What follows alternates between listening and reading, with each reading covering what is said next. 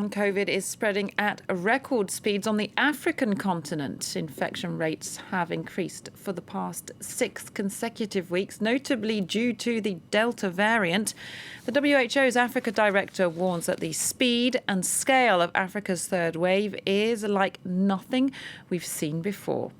While the African Union's vaccine envoy took special aim at the EU for the lack of vaccine exports despite lofty pledges. Here's Yenna Lee.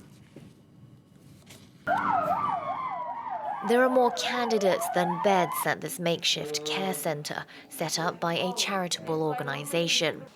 Patients are lucky to be admitted here, where health workers try to find ways to treat their cases of COVID. One bed gets cleared and the next patient comes in. There's such a dire need for beds and for treatment and oxygen. These are the people behind the statistics in South Africa's latest coronavirus wave, driven by the Delta variant. The highly contagious strain is also surging in Uganda and the Democratic Republic of the Congo. The current situation is what health authorities across the continent had been fearing for months, especially as only 1.2% of the African population is fully inoculated. The Congolese still stayed at home in the beginning, saying that the vaccines had many problems.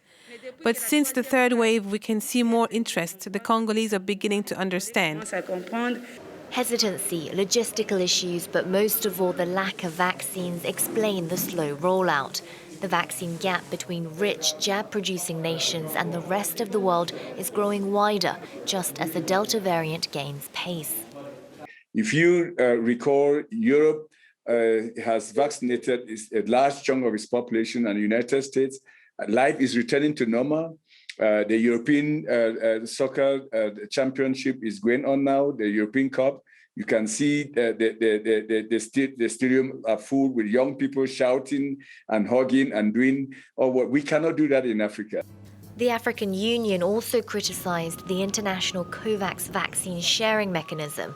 Its envoy saying on Thursday that they no longer measure pledges, but the number of vaccines actually arriving at their airports.